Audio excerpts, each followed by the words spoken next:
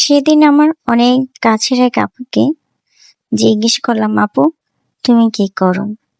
বলল, কেন? বাসায় কাজ করি। এটা তো আমার একটা জব।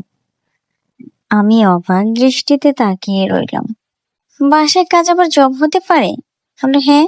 তুমি করো না? বললাম, হ্যাঁ আমিও তো করি। তাহলে কেন সেটা জব হতে পারে না? সকাল 6টা থেকে রাত 12টার আগ পর্যন্ত তো আমরা সব পরিশ্রম করে থাকি। একটা সংসারের খুঁটিনাটি সবকিছুই করে থাকি। কোথায় কিসে ভালো হবে সেগুলো দেখে থাকি। সন্তান লালন পালন করে থাকি। তাহলে এটা কেন জব হতে পারে না? আমরা যদি এটা না করে, এগুলো না করে বাইরে জব করতাম, তাহলে তার জন্য তো একটা স্যালারি পেতাম। কিন্তু এটার জন্য তো স্যালারি পাই না, তাহলে কেন এটা জব হবে? পরে তিনি বলল যে আমরা মেয়েরা সবসময় আসলে অবহেলিত। আমাদের কোনো মূল্য দেয় না, ইচ্ছা করে দেয়া হয় না। এই সমাজ, এর নিয়ম, এর রীতি।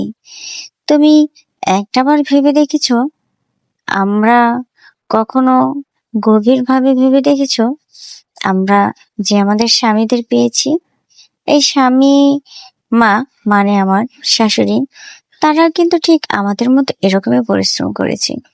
কিন্তু আমরা আজ হয়তো সংসার পেয়ে, স্বামী পেয়ে সুখে শান্তিতে থাকতেছি, কিন্তু কখনো শাশুড়িদের দুঃখ দেখতেছি না। আবার এমনও ফ্যামিলিতে আছে অনেক বউরা, অনেক শাশুড়িরা বউদের দুঃখ কষ্ট দেখতেছে না। ভিন্ন ভিন্ন জায়গায় ভিন্ন ভিন্ন কষ্ট।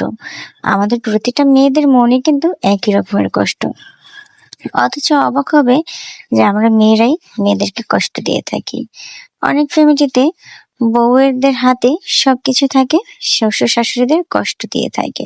কিন্তু কখনো ভাবি না যে এই শ্বশুর শাশুড়ি তার স্বামীকে এত কষ্ট করে লালন পালন করে প্রতিষ্ঠিত করেছে, আর তাই বলি আমরা খেতে পারতেছি। আর যদি আমার স্বামী প্রতিষ্ঠিত না হতো, তাহলে কিন্তু খেতে পারতাম না।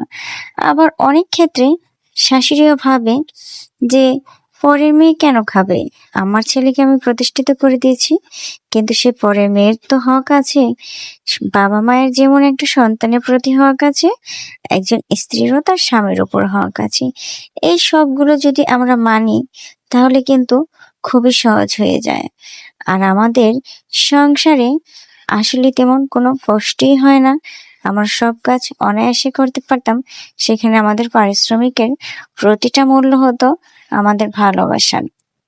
আর তখন কোনো কষ্ট কষ্টই মনে হতো না। আসলে পৃথিবীটা খুব আজব। সবাই সহজভাবে ভাবতে পারে না। এটাকে অনেক কঠিন করে ফেলে, অনেক সমস্যার সম্মুখীন করে ফেলে, আর জীবনটাকে কষ্টে জর্জরিত করে তোলে।